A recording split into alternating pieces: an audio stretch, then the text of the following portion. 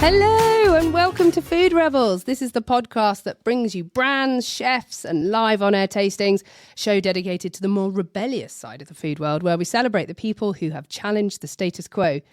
You know me, I'm the show host, AJ Sharp, taste expert, food writer, great taste judge, lots of food, different food award judge, business owner. And today I have with me Georgie Parsons, our producer. Hi, thank you for joining us. We've got some really interesting kind of products and guests in the show today, haven't we? Yeah, I'm really excited about this one. We're going to meet two people who are kind of experts about oats, I think we could say. So we've got Kieran Stanbridge from One Good Thing. Welcome. Welcome. Thank you for having me. And we've also got Iva Danchova. Have I pronounced that correctly? Perfect. Phew. From Oat Avenue. Welcome. Thank you so much. I'm so happy to be here.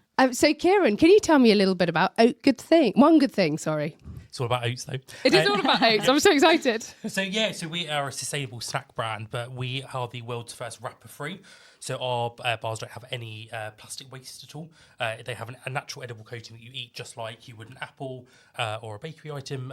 The wrapper, the edible coating acts like a traditional wrapper would. So it's safe to eat, but it protects you from all the nasties. And yeah, we're eliminating plastic from the snacking industry. Oh, really cool. That's amazing. I can't wait to see what they look like. And Eva, can you tell me a little bit about your business, Oat Avenue? Yeah, sure. So we are the UK's first granola butter. And in case you're wondering what granola butter is, it's basically like a nut butter, but it's made out of oats instead. So it's completely nut-free, sesame-free, gluten-free. It's top 40 allergen-free, so anyone can enjoy our product. Oh, fantastic. That sounds so cool. I can't wait to taste all of these. I love oats. Yeah, I love oats too. Right, Kieran, let's start with yours. So how on earth have you made a product that has no packaging? I mean, surely it's got to have individual wrapping or something. How does that work? Yeah, so I joined the business about 12 months ago. So I'm one of the co-founders that took it to kind of the One Good Thing era. But prior to that, the business has been going for about 4 years. So a team of scientists, including one of the co-founders, Dan, have been in the lab for the past 4 years testing and seeing how we can fundamentally make the technology that allows us to wrap our product. So the idea was to create an edible plastic, and then we decided to move forward and put it on oat and protein bars. So yeah, it's taken 4 years of R&D. We launched last September to market. So it literally acts like a traditional plastic wrapper would. You can rinse it under the tap, so it's hydrophobic, or put it in your pocket and enjoy it for later. And it keeps in all of the taste and moisture as a normal plastic wrapper would. That is crazy. Yes. I suppose, though, it's like fruit or anything, isn't it? That comes with its own kind of organic coating, and we just rinse that under the tap and then eat it. I mean, I suppose it's not massively different to that idea. Not at all. And I think when I joined the brand, a lot of it was around changing consumer behaviours, to how we're going to get consumers open to the idea of eating a wrapper-free snack bar. And I think when I was in the grocer the other week and we were talking about how do we change that behaviour, and I said, well, it's just like a bakery item. When you go into a supermarket, you don't think anything twice of picking up a loose bread roll and eating it. But as soon as you say a snack and protein bar, they're like, oh my God, the germs. And you're like, actually, you can't wash a loose bakery item, but just like an apple or an That's OGT so bar, interesting. I hadn't thought of it like that. Obviously, you go in and you get your croissant or your pain au chocolat and don't even think about twice about eating that. But as soon as you put it into the snacking category, I totally hygiene. agree. I totally agree. But and also I used the analogy the other day, is how many times do you go into a supermarket, take a can off the shelf and drink it without wiping around the top of the can? You don't, and actually that's had a lot of things running around over it. You know, that's not a protective environment. So for us, it's about challenging consumers' behaviour to say, actually, this is a really safe alternative way of snacking that actually doesn't leave a plastic footprint. So there's 144 million tonnes of plastic packaging waste each year. So we can just remove a small proportion of that. It's making a good impact for the planet. That's brilliant. I mean, I actually remember the increase in plastic coming in my childhood, because there was a point where you didn't really get that much processed food. We certainly didn't. It was all kind of pure ingredients and nothing was individually wrapped. And I do remember this concept of, you know, I can remember my mum picking up like a bananas and they're in a big plastic bag and her going, why have they done that? That's a bit nonsense. And I really remember this. And then suddenly that became the norm, didn't it? That everything was wrapped in plastic unnecessarily. Absolutely. You know, supermarkets are challenging the status quo with that now, especially with EU regulations, but also UK regulations about single-use plastic. But this is a challenging time to launch a brand like us, because we're in that post-COVID era where everyone's really focused on hygiene. Sure. Yeah. But actually, you know, as we go on with society, we need to understand that we do need to reduce plastic, and the fact that this is we do microbiome swabbing at the office. So you literally get it and you can swab it and it gives you like a bacterial reading. And literally as soon as you rinse it under the bar, it's just like any other product, if not better, when it comes to those readings. So it really is about changing the mindset of consumers to go, actually, this is really safe. You don't need to have plastic on everything to know that it's hygienic and clean. I mean, can we try one? Yeah, definitely. So we've got a oat range and a protein bar range. So I'll take these out. So this comes in, the packaging that it arrives in, so is a cardboard packaging. Yeah. And then within that cardboard packaging, you have, what is that? How So this many is there? a 12 box. 12 box Yeah. of individual Cubes. Yeah. So they're literally like a traditional, I won't say other competitors, but traditional snacking brand. But ours are in a square as opposed to kind of a rectangular shape. Yeah. So this is our direct-to-consumer packaging. So this is designed to go straight through the door. So we have a subscription model where people get them delivered to them. But also it's really important that when we are a sustainable brand, that every part of our journey is sustainable. So for example, we use Royal Mail as our delivery supplier because the majority of the last mile is always on foot. And they go to the majority of the streets in the UK on a daily basis. So again, when we're doing everything when it comes to the business, we look at what is our sustainable footprint, make sure that we are living up to the expectation that we're That's setting. really cool. So do they have you got different flavours? Yes, so there are 6 snack flavours and 6 protein flavours. So you've got like lemon drizzle, berry burst, salty caramel. Strawberries and cream, berry burst, sticky ginger. Oh, banoffee. Oh, no. You're not going to go for that. You don't like bananas, but I do. So I'm going to try that one. I'm going to try the lemon drizzle. It's really interesting when you see people hold them and smell them for the first time. So it is a wax-based coating. So the majority of the coating is made out of beeswax with other natural ingredients. And it is really safe to eat and digest. So it's really interesting because to me, it's almost looks like it could be like a little bar of soap or something. So we get dishwasher tablets, soap, you name it. You know, it's a really but in a very friendly way. Yes, but I'm going to be really transparent. They are a Marmite product. So you know, I think with the coating particularly, it's interesting to see how people navigate it. I've just asked for permission to bite into that, even though he's just spent 5 minutes explaining that that's the whole concept. So are these suitable for vegans? No. So they're not a vegan bar because they've got beeswax and honey in I'm them. glad I asked. Oh, good catch. So one of the reasons why we're not vegan, I think it's an important part to say, is that because we use beeswax, we looked at using other synthetic type waxes. They won't work as kind of with our other natural ingredients that make it work. And actually I think it's really important with consumers to have an all natural ingredients as part of the journey. So that was a really important part to play. So as much as we'd love to be vegan, it's not something that we can do right now. It's really interesting. So there's a piece of sort of, is it sugar paper or something on the top? Yes, rice paper. Rice paper with your logo and it actually has the flavour of the product. So that's printed with an E number, an all natural E number. It's actually the same E number as black olives. All so right, again, okay. even that's natural. So it's all really natural. And as you bite into it, there is a moment where you feel like, am I supposed to bite into this? And then you do bite into it and you're like, oh, yes, no, I am definitely. Yeah. And although it looks very robust on the outside, actually when you bite in, it's remarkably thin, isn't it? It's almost this coating. It's kind of flapjacky, Yes. isn't it? Yeah. Inside. But you can smell the beeswax when you put it to your nose to take a bite. So one of the MPD roadmaps that we're working on at the moment is deodorising that or putting a flavour to it, because that's definitely a hurdle we've seen with some consumers adopting the product, because it's like, oh, this doesn't feel normal to eat, but it is absolutely natural. But it's actually thin, because when you have honey and they have the beeswax, the cone in it, isn't it? And you do it and it's like chlorine and it sticks to your teeth. This isn't sticking to your teeth.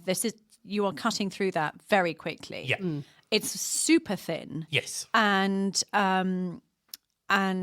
it's not falling to bits once I've chewed into it. So it's not like all the inside is suddenly robust, falling apart.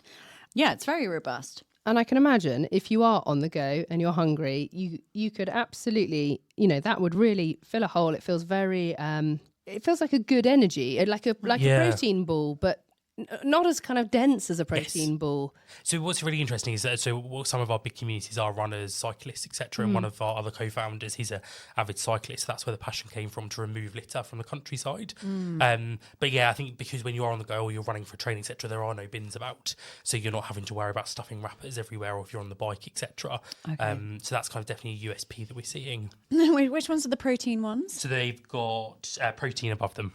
So you kind of the icons, the icons are the oat bar flavour, and then the protein are labelled slightly differently. Oh, so the one I had was protein. I'm going to just bite into the strawberries and cream one because it caught my eye.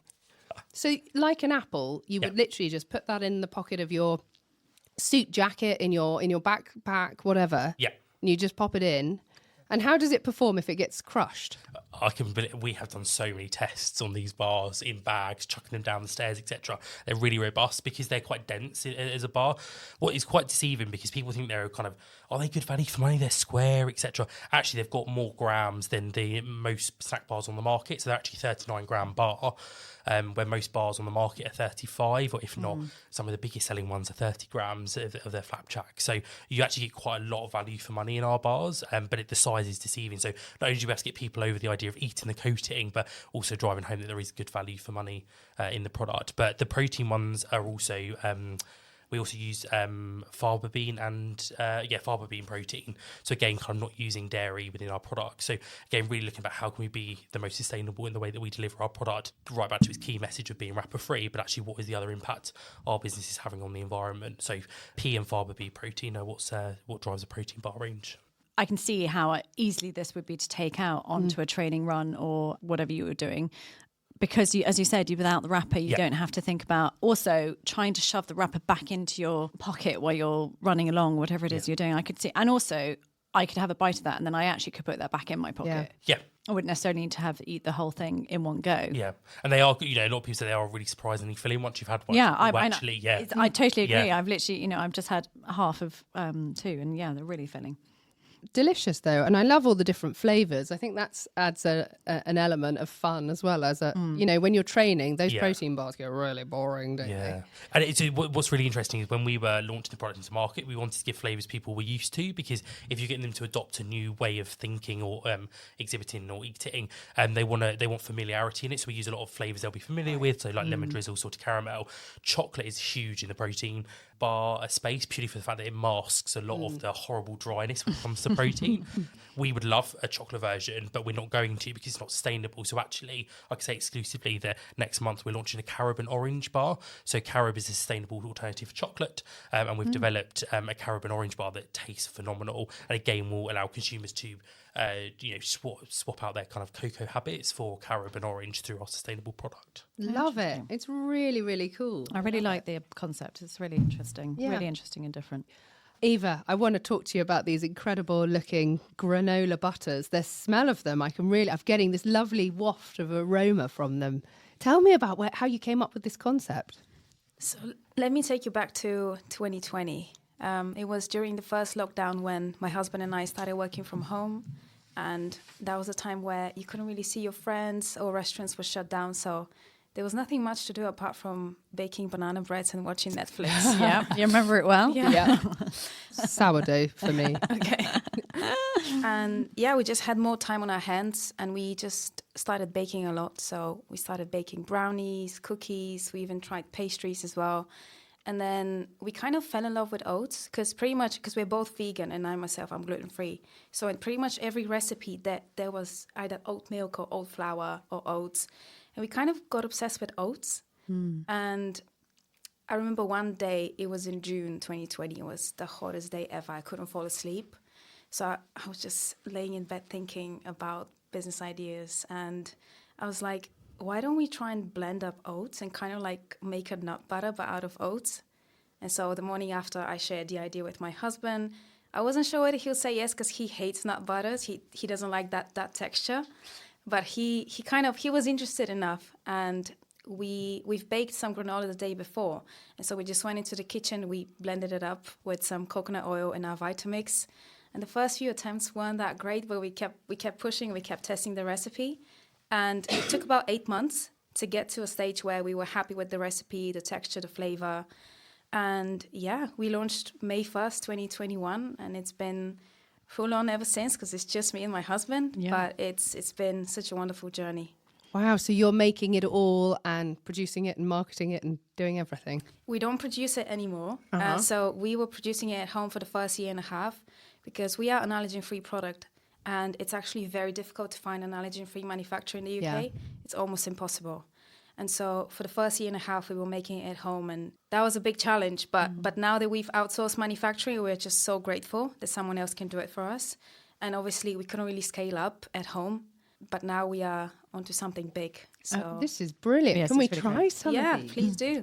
this is an alternative for a peanut butter or an almond butter or anything. So if you have a nut allergy or, because all schools now are nut-free, aren't they? So this is a fascinating product. So which one are we going to start with? Maybe the original flavor, because it's our best seller, and it also has 3 stars from the Great Taste Awards. It's got 3-star Great Taste. Does. That is not easy. That is know. not easy at all. Wow. Yeah, actually, when we received the results, we basically opened up the email and we were like, wait, 3 stars? What does that mean? So we had to Google, what does it mean if you have 3 stars from Great Taste Awards? And then when we discovered that they actually give it to 2% of the entrants, we were like, Less wow. than 2%. Less than 2%. We had Christabel Cairns here from the Guild of Fine Food explaining about the competition only a few weeks ago. And she was saying, I think it was 1.5 one year and 1.8 last year. I mean, it really is so few products get the 3 stars. It's amazing. Yeah. I don't know what I was expecting, but that was not what I was expecting. It's crunchy. It is crunchy, yeah. What's the crunch? It's the oats. So we basically roast the oats and then we grind them into a paste. That's amazing. It's a very new texture. It's a very unique texture. Very different texture. I think people expect a smoother texture because they think of nut butters and like peanut butter. But yeah, this is something in between, like a smooth and a crunchy texture. It's totally different. Really nice. And I love your packaging as well. Thank you. Yeah, we tried to kind of go colorful and bold because obviously it's such a new product and we wanted people to kind of pay attention to it when they see it on the shelf. And obviously every flavor comes in a different color. So it's really lovely. There's a sort of roasted nut flavour coming through, but there's a sweetness, but it's not really sweet. There's a sort of fruit sweetness. Is there like pumpkin seeds and things in there? No. It's just oats. We use a little bit of organic coconut sugar, olive oil, and sea salt. And this one has cinnamon. Cinnamon in it. You can taste the salt on the finish. Yeah. It's lovely. It's got a complexity to it that actually is taking you on a journey as you're tasting it. It's absolutely divine. Kieran, do you want to try one? There's that one there. And we're having these. Eva's put it on little slices of apple for us to taste it, which is great. So what are the other flavours you've got going? So that was the original one. Yeah, that's the original. We have a chocolate flavour, we have a raspberry flavour, and a chai spice flavour. So we kind of have a flavour for everyone. I'm going to try the chocolate one. Yeah. Wait, is it this one? Here, yeah. All right. Okay. So yeah, basically you can use it the same way you use your nut butters on toast, on porridge, pancakes, rice cakes. You can bake with it. It's super versatile. And yeah, we have a lot of parents buying it for their kids to take to school. I think crazy though. It's not what you expect. No. It's amazing. The texture's amazing. Yeah. Though. I like the crunch on it. I think I it's like really interesting. So is it high in? I mean, it must be quite good for you. Yeah, it is. So we use very clean ingredients because we wanted to keep it as healthy as possible. So we don't use palm oil or rapeseed oil. We use olive oil, and we use coconut sugar instead of cane sugar or any other sweeteners. Is coconut sugar better for you? Yeah, so coconut sugar has the lowest glycemic index compared to all the other sugars out there. So it doesn't give you that high spike. It Yeah. kind of just rises and falls. Okay, Yeah, cool. because we could always go down the road of using maybe stevia or other artificial sweeteners, but Stevia is it's so not, bitter. Yeah, it's really. I wouldn't eat it myself. So we'd rather use real sugar than something artificial. And so where do you source your oats from? So they're from Scotland. So we source our oats and sea salt from Scotland. Lovely. Yeah, which is pretty cool. The chocolate one was really nice. I actually do think the original one's maybe my favourite though. I haven't tried. Yeah, it's the most everyday flavour because of the cinnamon. It kind of tastes like Biscoff, which is a flavour that people enjoy. Yeah. So yeah, usually when people try, they're like, "Oh, it tastes like Biscoff but healthier." It is. It's really cleverly sweetened, I think, where it is sweet because it's a granola and granola's sweet. But it's not feeling really sweet. It's quite subtly done. It's a nice level. I've just tried the raspberry. How have you done that? Is that real raspberry? It's freeze-dried raspberries. Freeze-dried, yeah. So you get these little bits of raspberries and then you have that sourness that comes through.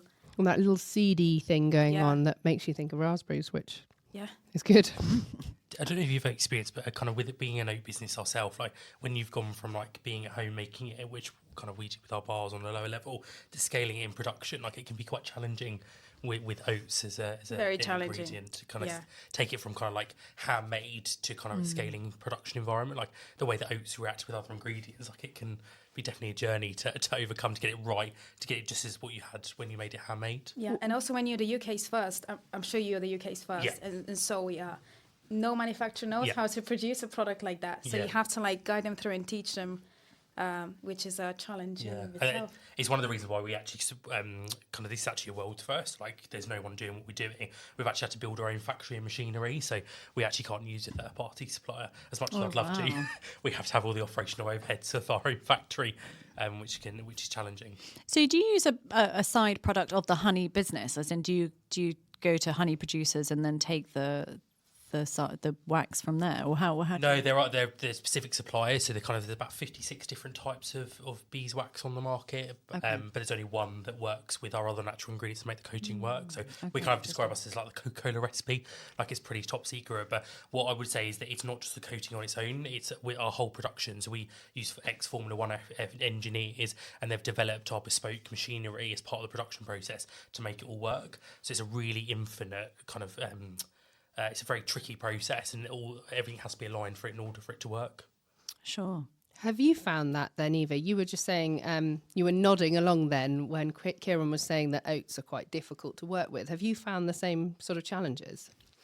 Yeah, definitely, especially in the beginning when we didn't know what we were doing, because neither of us have any food background. So that's why we spent 8 months on trying to figure out the recipe and how to do it properly. But then scaling up, we basically had to buy our own machinery, because if we were to go to a nut manufacturer, like a nut butter manufacturer, then they'll have the machinery, but obviously we want to be allergen-free. Sure. And it was challenging, but we got there in the end. It's brilliant. Well, I mean, what I've really noticed, hosting Food Rebels is we get a lot of people on like you guys who are proper rebels. You are changing things, you're shaking it up, you're doing it differently. And the number of people who don't come from a food background and therefore aren't confined by the you can and you can't rules that if you've been in the industry for a long time, you don't realise, but you've got a load of biases that, that company tried it, or I've seen that. You just come in and go, how do we solve the problem?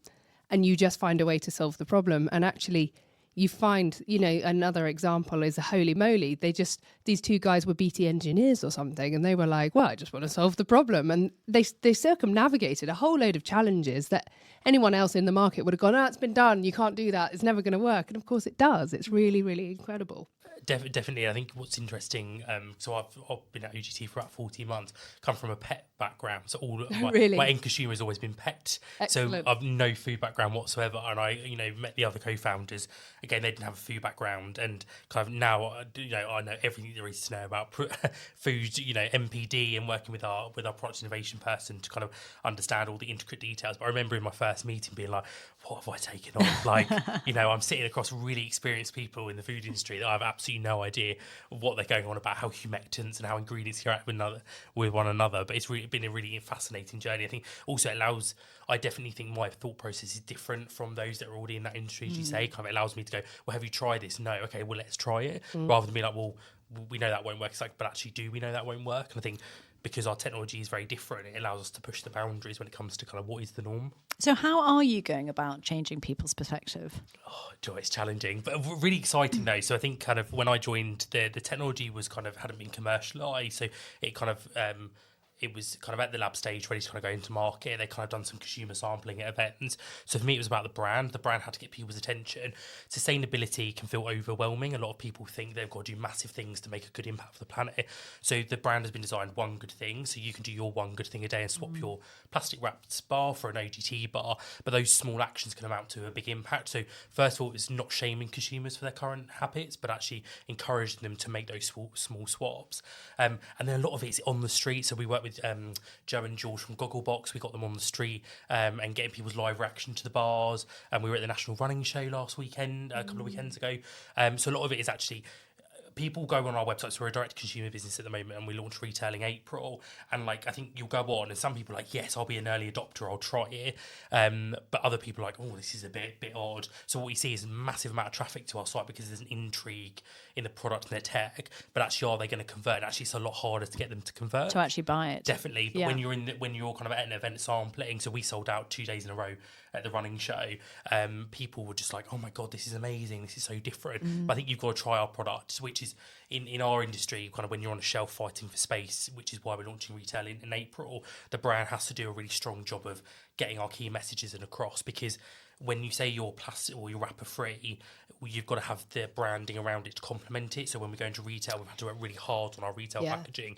So quick question, how does it work with obviously allergens? Because obviously on a wrapper you would have all the ingredients, so it can tell you exactly what it is, whereas if that was just as it is in a supermarket, you've got no information on that. So how are you getting around that? Great question. So you could have the bars on the shelf without any other kind of packaging around it. Consumers aren't there when it comes to adoption. We can actually double label the bars, so we can actually print the nutritional information on the back of the bars on another label. But actually we're not ready. The consumers definitely aren't going to be ready to go into a shop and see one of these bars on the shelf and go, oh, that's hygienic, I'm going to eat it. So this is cardboard packaging, and again it comes in a multi-pack in a supermarket packaging, and we've also got a twin box, it's like a match box that you can push out. So again, it's cardboard packaging, so that's fully recyclable, made out of 70% recycled material as well. So it kind of pays homage to our sustainability ethos while still retaining the integrity of being plastic free. So you buy the bulk or however you buy, and then you take them out of the packaging and then put them in your pocket or your handbag or whatever it is, quite literally. Individually as it is. If I put that in my handbag, is the beeswax going to go all over the fabric or anything No, it's pretty robust, to be honest. We've chucked them downstairs, you name it. We've done transit testing on the bars, people running, people on the commute. It will just be like an apple. So if you're really doing some aggressive workout with it in a bag, for example, you're going to get a bit of kind of a dent to the side, but that's pretty much it. You should see what my handbag goes through. Eva, I just wanted to ask about your granola butter. What are all the, it's obviously, I think of it as being a breakfast kind of a thing. Are there other times of the day that you would use it, like a pick-me-up in the afternoon or something like that? Yeah, absolutely. So you can have it as a snack in the afternoon with an apple, or you can put on a rice cake, you can make a smoothie with it. Basically, the same way you use your nut butter. Like, I used to have, nut butters, breakfast, lunch, and dinner. And you can use it. You can use this the same exact way. But we also had people saying, "Oh, I use the original flavor as a salad dressing." They'll mix it with some vinegar and mustard, and then like honey mustard. Yeah. Oh yeah, so lovely. Use this for that. So people get really creative. That's brilliant. We just eat out the pot. Yeah, exactly. I think I'd do that. And where can we buy it? So we have an online website. We are also in Selfridges. We are on Ocado and on Amazon. And we recently launched with a big distributor, so we'll be in loads more independent shops. Brilliant. Yeah. And a pot, how much is a pot? Retail price or? Yeah. £6. Okay, lovely. Oh, it's really on a par with nut butters, isn't it? Yeah, especially with almond butters. Obviously, peanut butter is a lot cheaper, but then almond But the butters, good ones are at the same level, aren't they? Yeah. Absolutely brilliant. Well, thank you so much to both of you. I've really loved this oaty episode.